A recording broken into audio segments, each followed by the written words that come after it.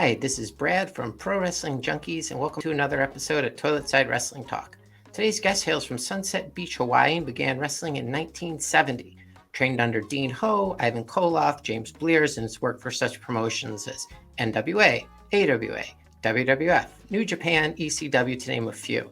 Along the way, he's held the NWA Georgia Heavyweight Championship, the NWA Tag Team Championships, the NWA Hawaii Heavyweight Championship, the WWF Intercontinental Championship, the ECW Heavyweight Championship, and was also the first ever WWF King of the Ring winner when he beat the Iron Sheik. Shared the ring with the likes of Dusty Rhodes, Jimmy Snuka, Tito Santana, Pedro Morales, Ricky Steamboat, Pat Patterson, to name a few. In 2004, he was inducted into the WWE Hall of Fame. So, from Sunset Beach, Hawaii, led to the ring by either the Grand Wizard or Superstar Billy Graham or Captain Lou Albano or Mr. Fuji, I give you the magnificent Don Muraco.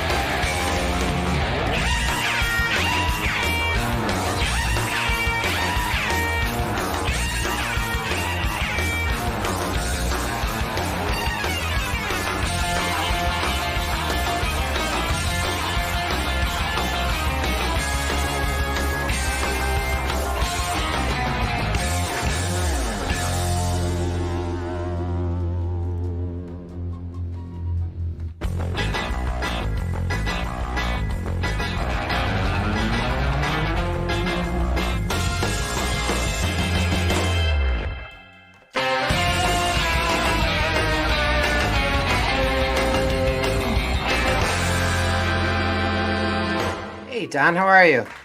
Hello. That was a lot of memories there, a lot of cast of characters.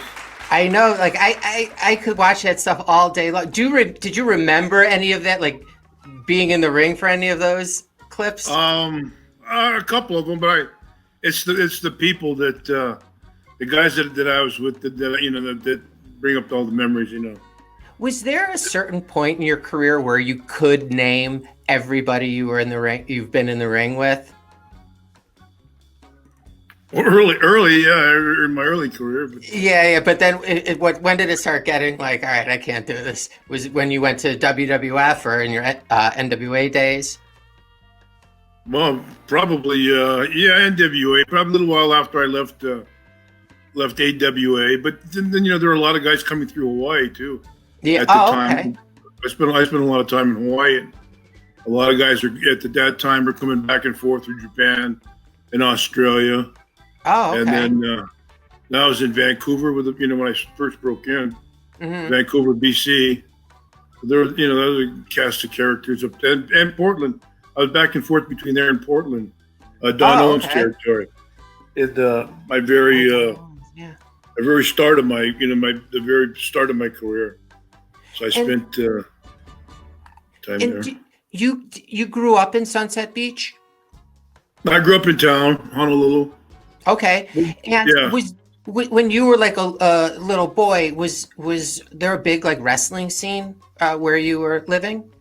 Oh yeah.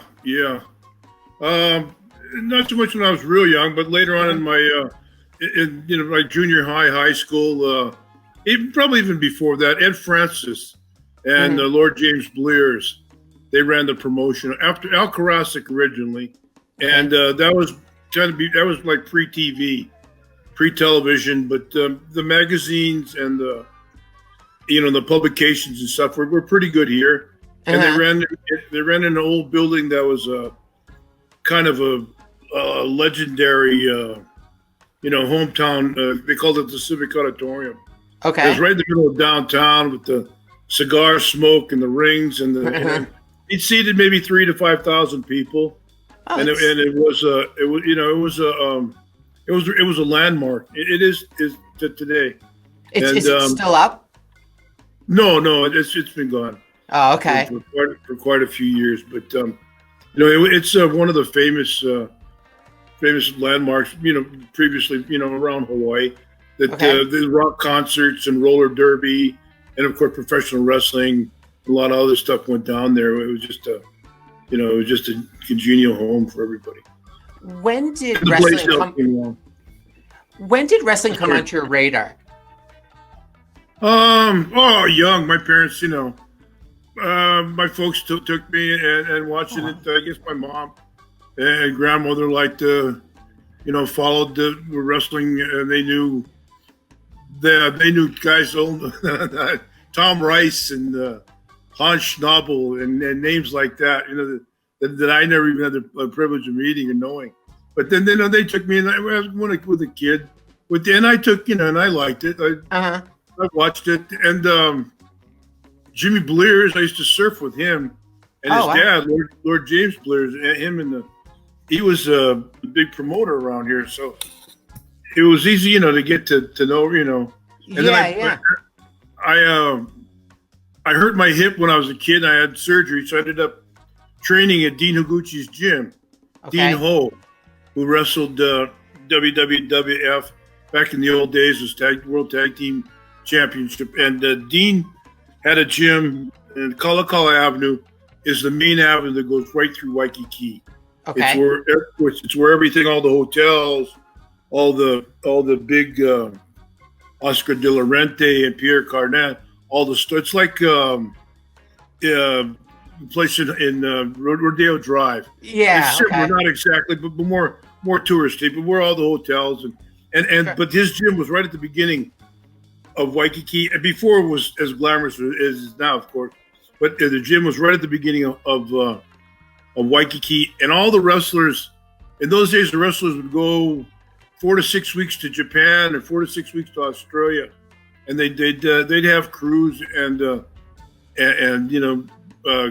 groups that go, and normally they'd stop back in Hawaii and spend some of their money because everybody's on a weekly contract, and if they'd get booked there, they could write it all off. It's a tax thing, so the family would come out, and so they'd make a vacation of it. So, and meantime, it was right in Waikiki where they were staying. Mm-hmm. So they were all training at Dean's gym. And then most of the guys were working out in those days. Even then, they were well ahead. Wrestlers were, well ahead of their day. So they were all working out. So I got to meet a lot of them, a lot of the guys. And were you just like a teenager? Yeah, I had hip surgery when I was 12. So okay, about 13. Yeah, okay. 12, 13. When I started training down there, and all the guys would come through, and the guy, and a few were regulars, Beauregard and Lou Shoulders Newman. Carl Gotch was there a lot. Oh, wow. Luther Lindsay.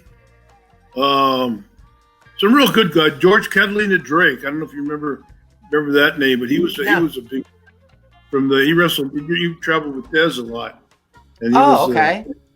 And he was a When you were that age, when you were 13. Were you big enough where people knew not to mess with you yet? Well, yeah, with the kids and stuff, but that was well, that's why I wanted to make sure, the other kids around, they were full grown men in that gym. They were. I was a wrestling dummy for Gotch and Luther Lindsay and a few of those guys. Would they say just come into the ring? No, they had little gray mat, those little thin little gray mats. Yeah. They used to throw on the floor, and if somebody was going through and ask them a stupid wrestling question or something, they'd Muraco, come over here, and they'd hook me up and tie me up until I started crying, and wow. show the guy what kind of but I guess it's easier to do it on a young person than an older person, I suppose. Oh my God, so. Were your parents aware of that happening? Oh, probably. And I never mentioned it. No. Okay. I mean, it was a weightlifting gym. It was a workout. It wasn't a boxing wrestling gym. It was a weight training gym. So, but they didn't know you were getting stretched or like no, used as the example. So did you? When did you like kind of decide that you wanted like to pursue this? So I'm sure you went to high school, and then when did you say? I went away to JC for a couple of years. Okay. And I was supposed to come back and play football for University of Hawaii. Oh wow! And I was living with three of my friends, Jimmy Blair's again. Three of my friends underneath. We had a basement. It wasn't even a basement. It was underground house in up in Kaimiki, up in Honolulu, and just surfing. And I never made it to football. And Tally Ho said, "What are you doing? You're just knocking around. You want to go to?" So Sandor Kovacs, who was a co-promoter with Gene Knitsky in Vancouver, was over the house, over at Tally Ho. He had a place in Waikiki, and guys used to go, and Lee Blears would make teriyaki chicken, soya chicken, or her spaghetti, eat. And she was. They had Sandor over for the night, and he said, "What are you doing with yourself, kid? What are you gonna do? You want to be a wrestler?" And big guy. I said, "Yeah, sure." That was it. A couple weeks later, I was on a plane on my way to Vancouver. Oh my! And yeah. Had you left Honolulu prior to this? Before like I've been away to school for a couple. I've been away to college. Okay. For a couple of years, yeah. But it was I'm in California, so I'd never really spent a lot of time in snow or anything. Oh, okay. It was a trip, Did you start your training in Vancouver? Completely, yeah. And were you flying over, from Hawaii to Vancouver? Are you nervous at all, or do you think that like, oh, I'm ready for this, like physically? Sure, yeah. I was, scared to death. It's I know how to wrestle. I know how to take care of myself. And, being around the Deans and wrestling, those guys for so many years, I knew how to take care of myself from the guys that hooked you and tried to take advantage of, that could take advantage of and stuff like that. I knew, but I had no idea. I had no idea what being in the ring and what a wrestling match. Yeah. I mean, I saw it, and the people, and guys would come, "Oh, you're not smart yet." What do you mean I'm not smart? Yeah. But yeah, I had no clue. I had no clue. Were your parents nervous that you leaving and going off and being trained by these full-grown men? Oh, I don't know. I don't think so. I'd kind of broken in on my own. Okay. Yeah, they started the motel business. They were in an apartment business in Santa Monica. Oh, okay. My final year of junior college. And I'd moved back to Hawaii after that by myself. So they didn't really know I was going to Vancouver on the phone, conversation and stuff. So it wasn't like I was leaving home. I was pretty much out on my own at the time. Well, I picked up and got myself to Vancouver. Do you remember walking into the gym to train for the first time? Oh yeah, sure. I don't know the first time, but I remember the place. I remembered first time in the locker room is an old it's a suburb of Vancouver. Westminster or West something or Surrey or something like that. Yeah, it was just, and all the boys in the locker room, and they're this guy's kayfabe over here, and they're talking, and then finishes and coming in, and this guy just worked with this guy, and then they're thank you, and then I didn't. And then when Monday I went to, or that Saturday, I went to the gym, and Bud Rattel, but he passed away, but he was he's an old wrestler, and Bud Rattel took me in the ring. There's in Western Gym on there was the main street in Vancouver. There was a real rugged street. The drunks and the people were hanging out there. But the Western Gym, they had a ring and they had a gym there. So Bud Rattel took me in the ring, showed me 5-6 things, and I was in the car with Bulldog Bob Brown at noon on my way to Portland to do jobs on Portland TV. My first match in the ring. Wait, that quickly? That quickly? Yeah, I didn't have the luxury of NXT or mid Ohio or Florida. Steve Kern, one of his trainers, didn't have that. Just did put their shoes, bing, bang. There you go. I don't think I even had wrestling boots at the time. Oh, really? And you had never been inside of a ring prior to that first day? Well, at the Pacific Auditorium and stuff. It with no people, Yeah. Yeah, never in a match. Were you in pain after your first day? Or sore? No. I was, worked out. I worked with an older fellow, Jack Bance. Okay. And my first day was with Tom Andrews, who just passed away recently. He was the Claw in Portland, and he was over really big. And I was with him, and he was partners with Beauregard, who was a big card over here in Hawaii, or a semi-card, but a big character here in Hawaii. He did an album and did a lot of. Hawaii was really advanced ahead of its time. Guys were doing Beauregard was doing musical albums, and they were doing singing on TV and skits, and Johnny Baran was coming out of coffins. I mean, we're talking, 40, 50 years ago. Okay. And these guys, it was as off the wall as Vince is today at WWE. I mean, but in context, but it worked, for the cast of characters that he had. It really worked, These guys. Was that on TV regular? Yeah, they had a Friday night show that ran 2 or 3 hours. I'm not sure, but that was previously taped matches and of course the locker room interviews. And then they had a Saturday afternoon program, a studio program that ran. I think it was like a hour and a half, maybe 2 hour show where they did 20, 25 minutes of wrestling and interviews, and the rest was just promos because they just had the greatest lineup of interview guys. They had King Curtis, Yaokea, Ripper Collins, Johnny Baran, Rocky Montero, and all the guys coming through back and forth from Japan. All the great talkers, all the great mic guys. Just just those 3 or 4 guys alone. Just a wealth of education. Just a learning. It's like go to university.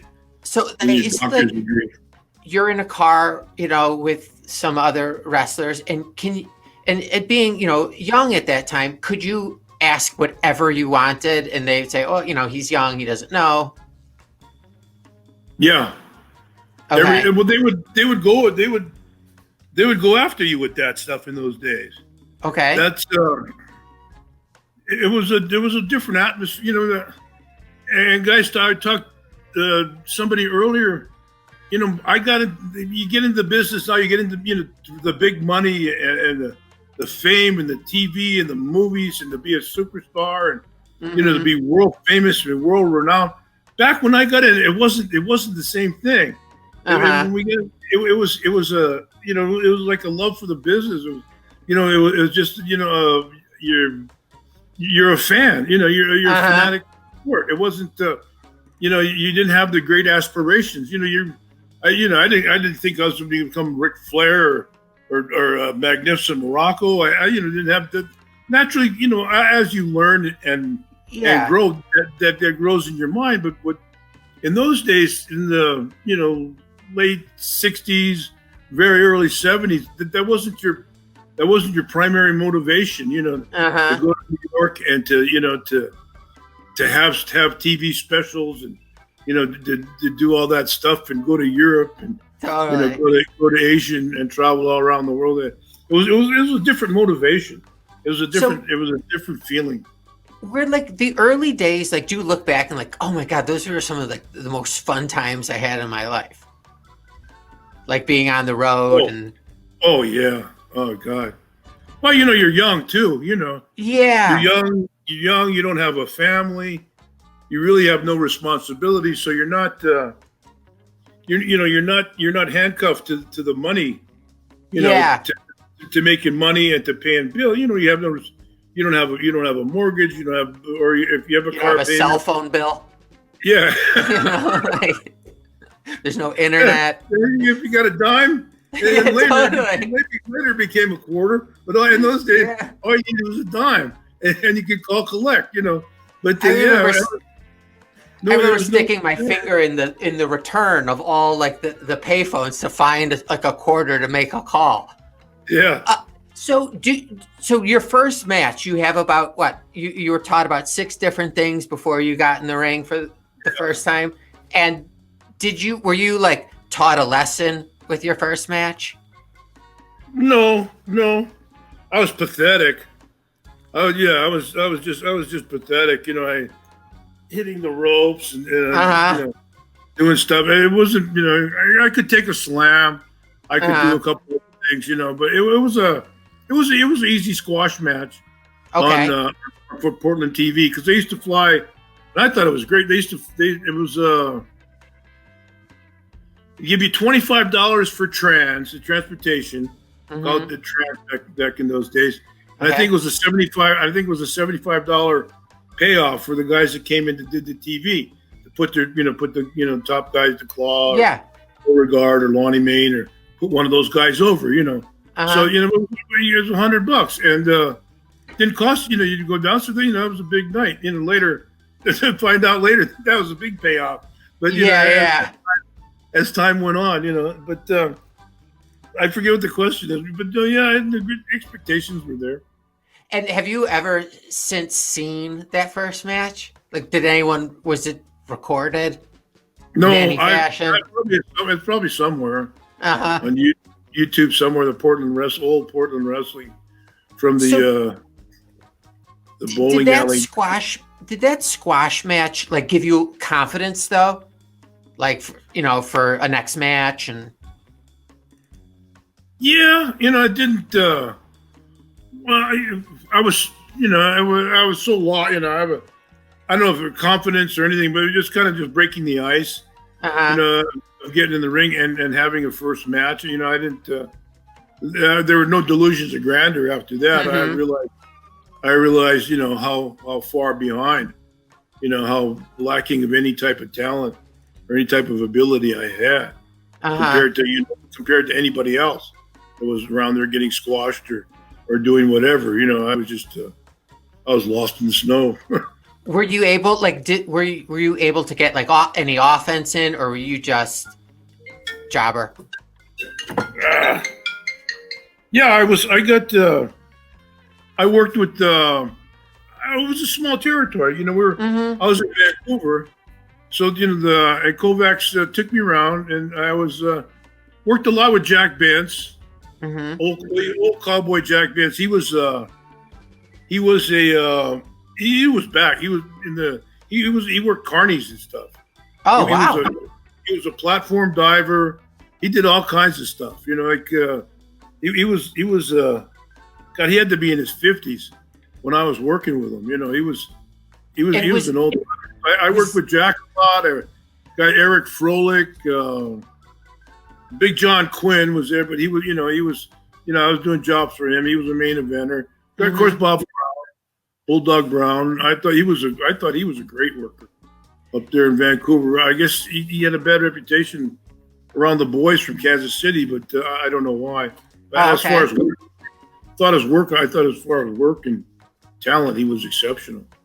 So along the way, are like the veterans like critiquing you or giving you pointers or giving you advice, or you're just kind of on your own?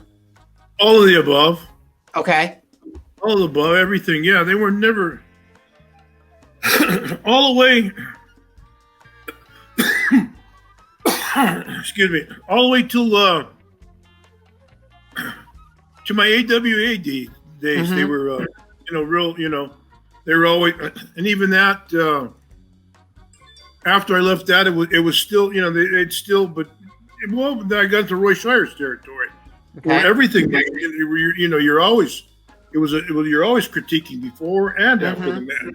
So, it was always, but that wasn't as so much a helping thing as it was a curriculum for the territory. But guys were back in those days. It was, like I say, it was a different time, different era. People didn't. Your head wasn't in the clouds so much. So people were really more than willing to to help you and what you did wrong or what you did right. Naturally, there's going to be not everybody's going to like you. Yeah. Wherever you go, whatever you're going to do, not everybody's going to think you're worth a damn. So my wife, for example, by and large, the majority of the guys, I'd say at least easy 90% of the boys are all always ready to reach out and help you. And you should have done that, or you missed that spot, or you're rushing, you're going too fast, or you went too slow. They were always and so they were looking out for you. Yeah, and as far as I know, most of the guys breaking in, or most of the new guys, were willing to accept criticism. Okay, it wasn't. What the hell are you talking about? Who are you talking? Who are you talking? Who are you talking to? What are you talking? Yeah. So as far as I know, most of the guys, the majority of the guys were I'm Roddy Piper when I remember he was breaking in. In Portland? Way before Portland. Okay. Down L.A. and Texas, Dallas and L.A. and stuff. He was always, what do you think about this or what about that? Oh. It was always open for criticism, always open for critique, always open for improvement. And that's, you can tell all the guys that were successful. Ric Flair. Yeah.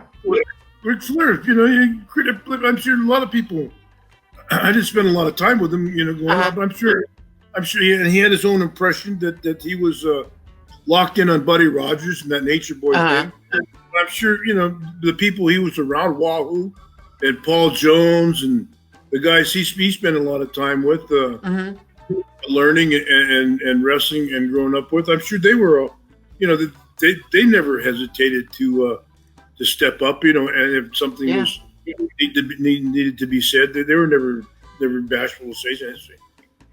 Did who would you say? Let me back up a bit. At what point in training are you working on like promos? Is that part of your training? No. So how? Because I think like today they spend a ton of time outside the ring, like in the TV studio, working as. What was? Yeah.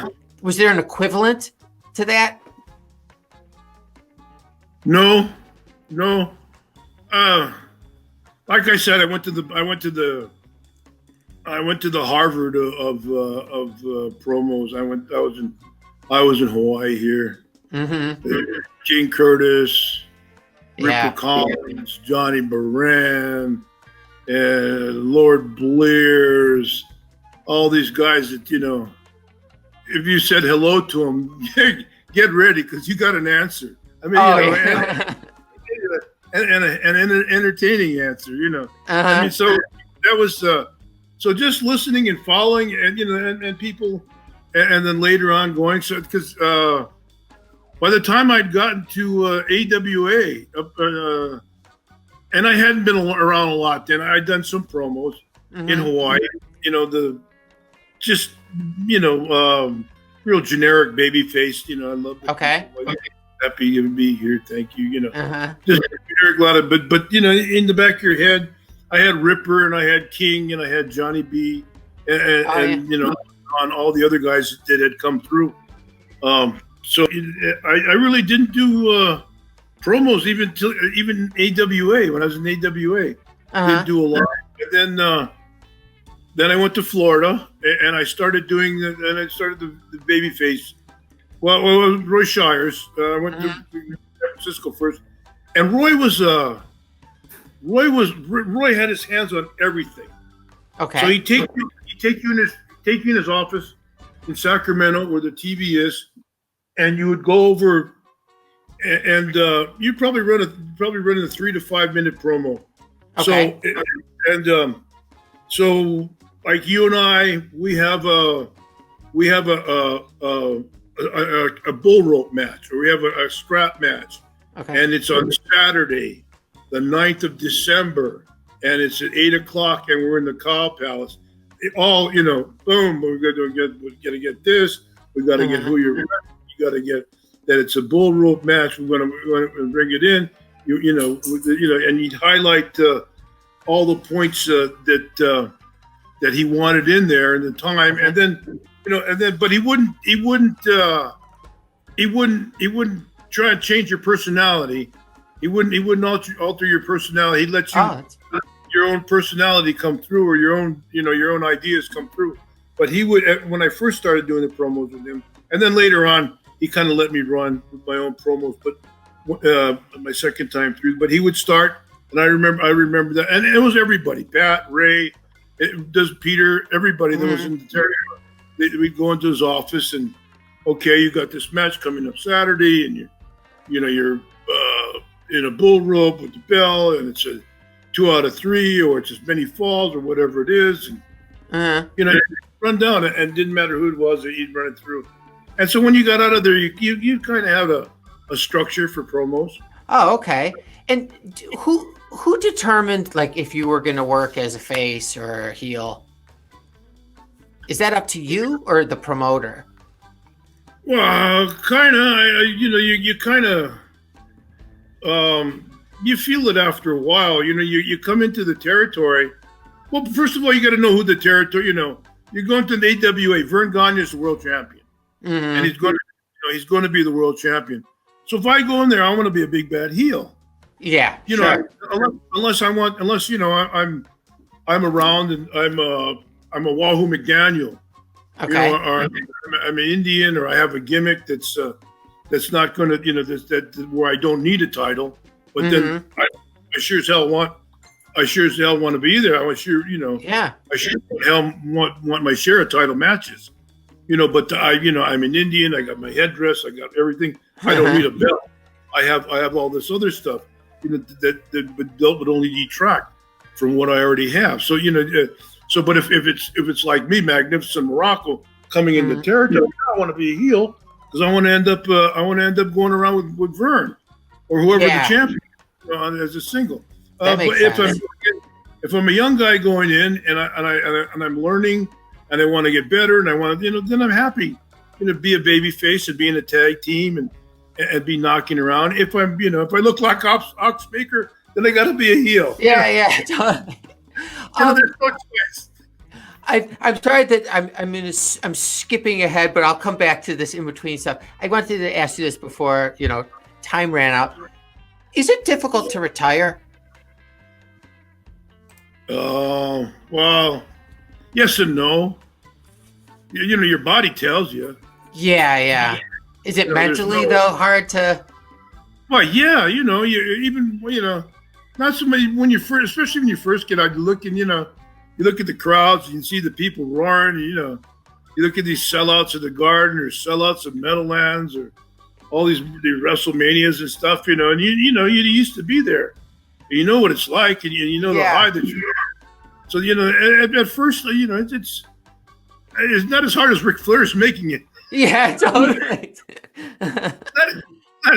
not as hard as Rick's, man. But Rick is a different character, man. He loves the spotlight. He loves being there. He's always loved the business. I broke him in. I was out at Gagne's ranch, and it was him, Iron Sheik, Greg and Jimmy Brunzell, Bobby Bruggers, and Ken Patera. Wow, those are the six guys out at Vern's barn, out at Vern's farm. That were training in the ring out there. And Billy Robinson, he'd take the guy, Billy Robinson, get him, they'd 500 squats, run the lake 2-3 miles, 500 push-ups. Then they take an old hooker, George Scarpello or Danny Hodge, or one of those guys that get in there. Okay, wrestle this guy. Well, you can't, you can't even stand up, much less wrestle, a world class hooker or shooter, but that was the way it was. So that's those guys used to love it when I was there by myself because we would work. I couldn't stretch anybody. Like I can't even stretch my underwear. So so I would get in there and I would work.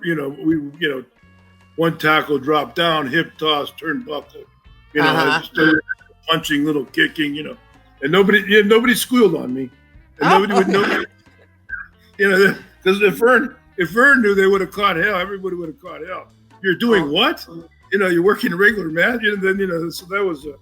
You're like Greg never said anything. Yeah, nobody. Even Greg. Yeah, nobody. Well, Greg didn't. Greg enjoyed the days off, so everybody. I bet. Everybody enjoyed the time off when I was there. Because they got to do. They got to do match. We got to work matches. Yeah, tag, take all your bumps and. With really good talent. Yeah, and they got to. I'm going to ask you some quick questions. I'll fire them at you, and just a few. Nothing controversial. Toughest wrestler you faced on the road? Boy, toughest.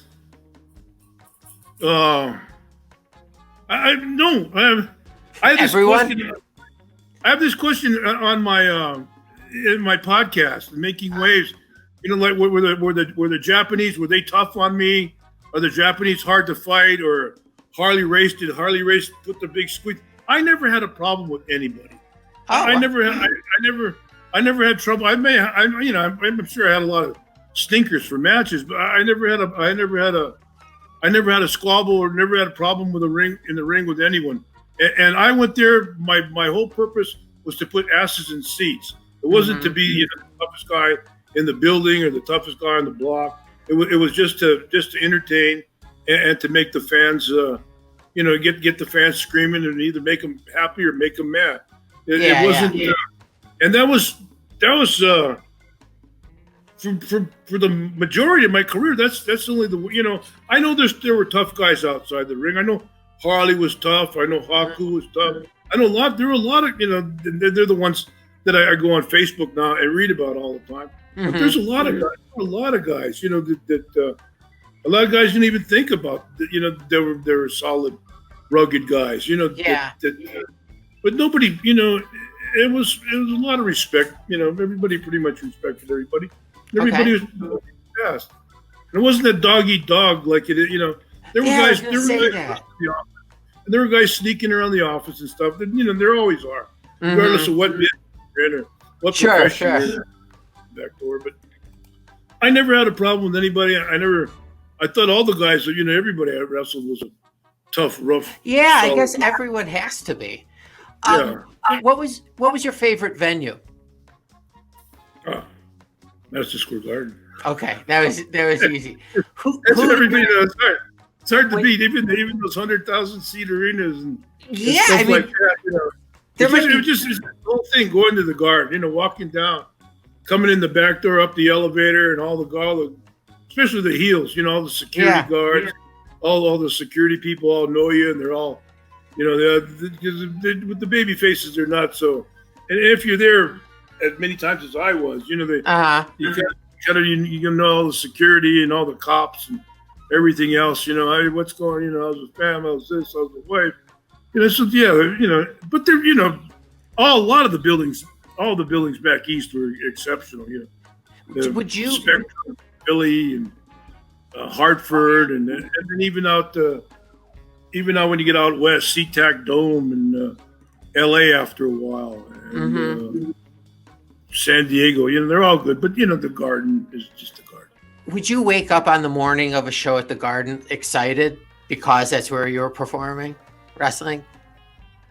Probably, yeah. Okay. I'm sure. Biggest practical joker you've come across? Who's what? Biggest practical joker. Yeah, I got to be Fuji. Okay. Is it true? I heard Jake Roberts tell a tale. Did Mr. Fuji like to relieve himself in people's shoes? Everywhere. Oh, jeez. That's crazy. Everywhere. When we were in the Middle East. Let me tell you, when we were in the Middle East, there was a little guy, shortest guy had all the white stuff, and we went all to the UAE countries. So we were someplace after. I think we'd been in Kuwait for 4 or 5 days. Well, we'll totally drive it anyway. We got to Abu Dhabi, and there was a bar and music and stuff. So Fuji pissed on the guy's robe. So the guy caught him. He went flying out. He was mad as hell. Oh, and we're in Abu Dhabi. So we had Bahrain and 3 or 4 more towns. I don't remember how many before we got to the last UAE, which was Doha. Okay. And this guy was a good guy. He was good to me. I had, boss, how about a gym? How about a workout? And he'd take me to workouts. He'd find me a gym, or he'd find me, some weights or something where I could train, and take me. He was cool to me. So we land in Doha, and we get out, and this black Range Rover drives up, and he's got a submachine gun on his dashboard. They have down south. They have with the round current thing, and he's got a 9mm strapped to his waist, and he gets out. He's got 5 stars on his shoulder, and that's the guy Fuji. Oh my God, that's crazy. He was there. It was the last night, so we're dying, and so it was the last night, and we're getting ready, and everybody's dying to go. We're been in an Arab country for 2 weeks, so you're just dying. You're dying to go back to the U.S. So we get out of there. We're trying to rush the matches a little bit. And he ran and he said, no, nobody leaves. Anybody leave now, go early to ring Mr. Fuji. Mr. Fuji goes. The Fuji's eyes were red. He was so mad. This guy took over. One guy did try to go early. We called him 7-Eleven because between 7 and 11 at night, he'd always have a sore elbow or sore knee or something where he couldn't work. But they wanted Les Thornton to put him over, and Les Thornton, forget this guy. He said he wants the belt, let him take it. So the guy took off his boots and walked out. On his way out of the building, they arrested him. Oh, really? Wow. Yeah. Oh, yeah. The guy was powerful. He was a 5-star general, all right. Jeez. No. And he did he said, don't worry, the plane will be there. And he held the plane for us. Oh, okay. Yeah. That was nice. He did exactly what he said. I have to ask you this. Was it fun filming Land of a Thousand Dances? Or was it hardest pain? Work I've ever done. Really? Why? Hardest work I've done. Maybe I have a couple jobs down in the dock since then, but 2 lashing jobs and some of the Tuesday lashing boats we used to go back on to lash back for Sealand and stuff. But that was at the time, that was the hardest work I'd ever done. We the first day we started it was up in Poughkeepsie where we did TV after the Allentown Hamburg experience. So it was up in Poughkeepsie. So we started the day before doing something, just like a to set up and where you're going to stand and where you're going to be and stuff. So everybody went home pretty late that night anyway. And then we had to be back at like 8 or 9 in the morning. And everybody lived in, it was Poughkeepsie, so everybody lived 2-3 hours away. Yeah. Then went home. So we got back the next day at 8 or 9 in the morning, and we went from there all the way till 9 or 10 at night, up and down. You to do those music videos and stuff, you don't believe how many takes. It's like doing a regular movie. You don't believe how many takes they have, and over and over. Everybody singing their part, and dancing and moving around in the artificial smoke. It was a trip, yeah. All right, so I'm going to ask you a question. One of probably our youngest member of Pro Wrestling Junkies, he's 9 years old. His name's Steven Spice, and he's had a very big challenges, but he's tougher than probably anyone I know. So he sent in a question that I'm going to ask. He said, who are 3 wrestlers, either from your era or present, that you would have liked to have faced in your career? No, I just wrote about one yesterday, Bruno. Okay. Oh, you never faced? Oh, no. I wrote. He did a couple shows with his son. I think he worked with Piper and Paul and maybe Bob. Uh-huh. But I was, like I said, I was involved in either Intercontinental or I had a different angle or something going on at the time. But I did work with Buddy Rogers. I worked with Rogers, and then another one be Valentine, John, the father, Johnny. Johnny, yeah. Yeah, because after I came back into Florida the second time, they just had the plane crash. And okay. And he had been wrestling before that, and that was it. Okay. And easily the third would be Thez. I never got in the ring with Thez. Mm-hmm. So JV, Bruno, Thez, and JV. I have one more question, and this is from Johnny Poda, and he wanted to know if tie-dye was your idea or Superstar's idea. That was Vince McMahon. Superstar. Oh, really? Yeah. Did you have any choice? No. Okay. No. The powder blue tights and the powder blue boots and the and the tie-dye was all that came from a higher source. Yeah. Was it like an honor being put on the main event at Survivor Series? Like being included in that, with those 10 guys? Sure, yeah. It was like all the big cards, all the big, to be a player. Yeah. A major player, and what's going on, and it's always, that's what you work for. That's what that's what you strive for. Do you own or at any point owned your wrestling figures? No. No? No. Yeah. They're all I don't produce them. I guess if I made them or my name or something. But never those like little LJN ones that they put out, like the rubber ones. Yeah, no, I have nothing. Yeah, I get residuals and. Oh, okay. I did a signing yesterday. Oh, where okay.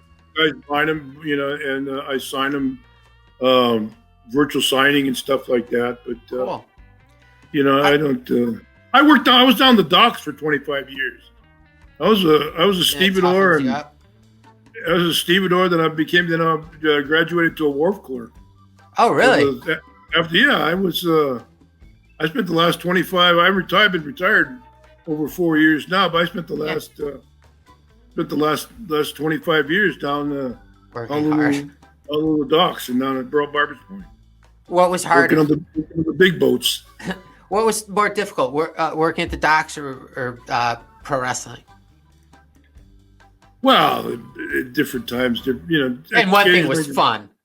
The dock, yeah. The wrestling was creative and imaginative and generic, and you got to do it in the docks. But the docks was a good life too. It's. I'm very grateful. I have my insurance, my retirement, medical, dental. It's one thing that pro wrestling doesn't offer you. Yeah, which is crazy. But the nature of the game. All right, Don, I'm going to let you go in a moment. Can I ask you 5 wrestling related questions? They're basically yes or no questions.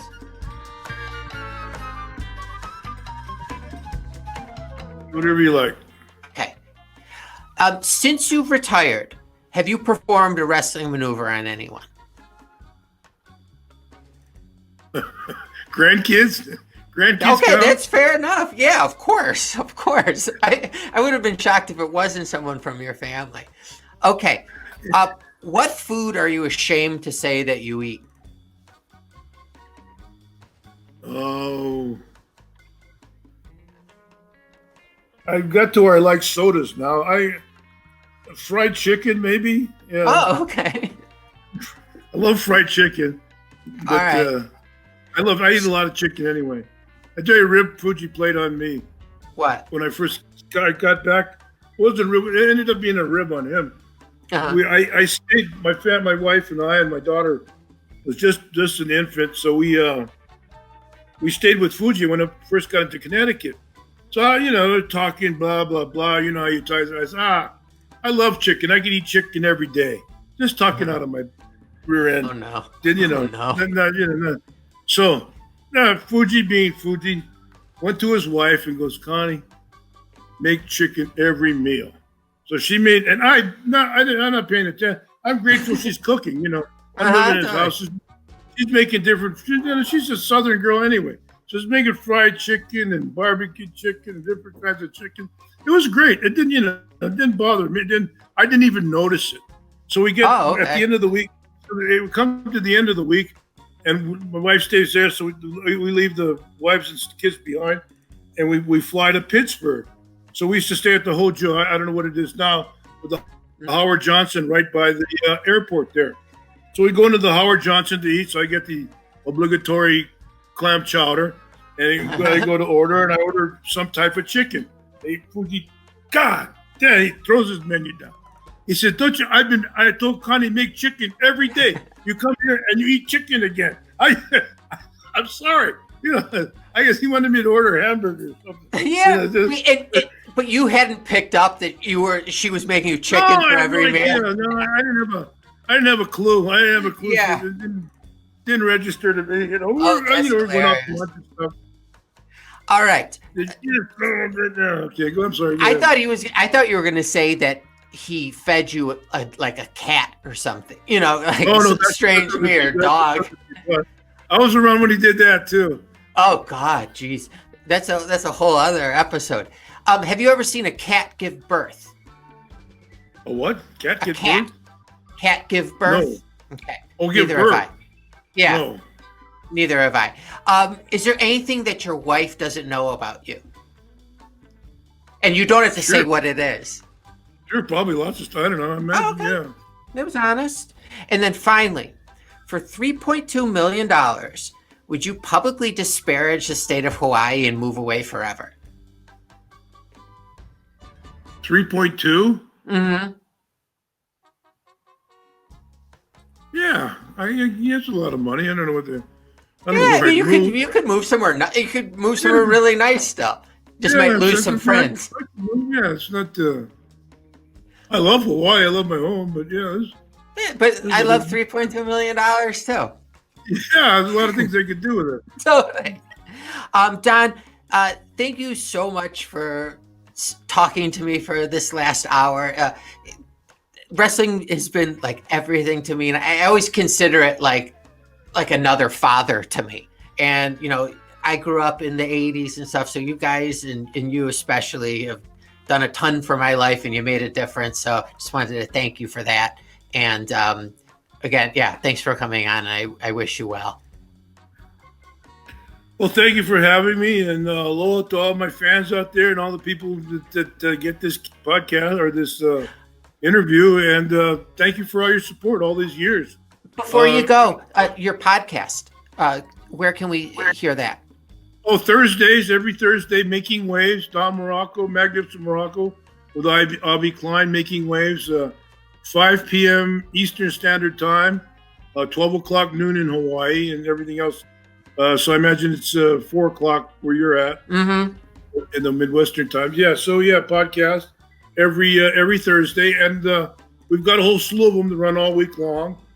And my boss Ivy, he can sit there for about 90 seconds and go down each and every one of them and take his breath.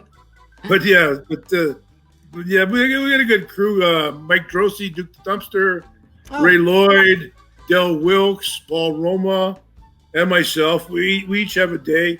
Nice roster. Yeah, we each have a day that we have a podcast. So we have a good crew and something different every day. And we try fantastic. Not to belabor, go over all the depressing news that you have daily on the TV. Okay. Good. All right, so there's a good reason to tune in to that.